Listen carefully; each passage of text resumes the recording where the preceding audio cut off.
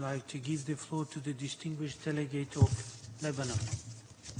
Thank you, Mr. Vice President. Allow me at the outset to congratulate you on your election as Vice President of UNICEF Executive Board and to congratulate the other Bureau members as well. It was an honor for Lebanon to serve as Vice President of the Board last year, and we reiterate our unwavering support to UNICEF in their noble mission.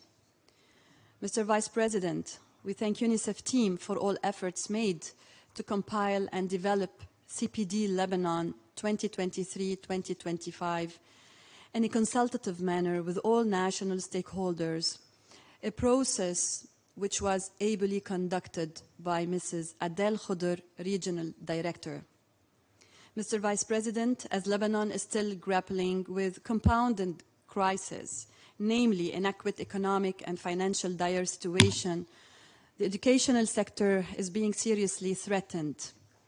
In addition, the Syrian displaced crisis has added further pressure on this sector.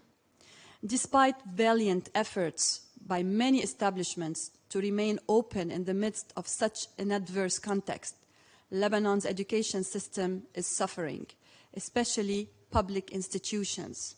Lebanon's education sector has long been held as a fundamental and foundational national institution, one of few in Lebanon. This sector is today at a critical juncture.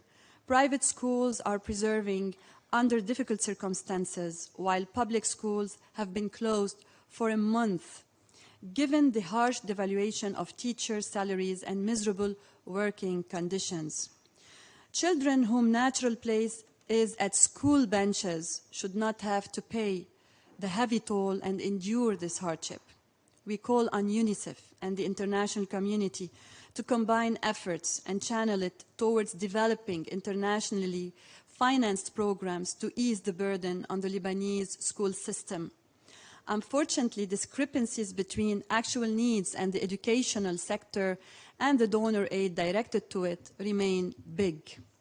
Mr. Vice President, we cannot but highlight the nexus between water, sanitation, and child rights crisis, as it was well expressed by Professor Nadim Farjallah in his intervention.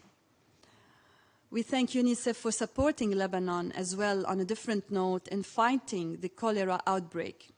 And we thank UNICEF for having been able to secure 1.5 million doses of vaccines.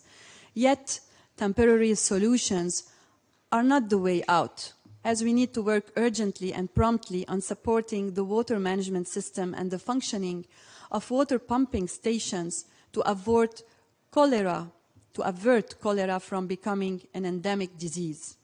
At the end, Mr. Vice President, we look forward to continuing our strong partnership with UNICEF, and we reassure UNICEF and UNICEF team in Lebanon of our full support. Thank you, Mr. Vice President.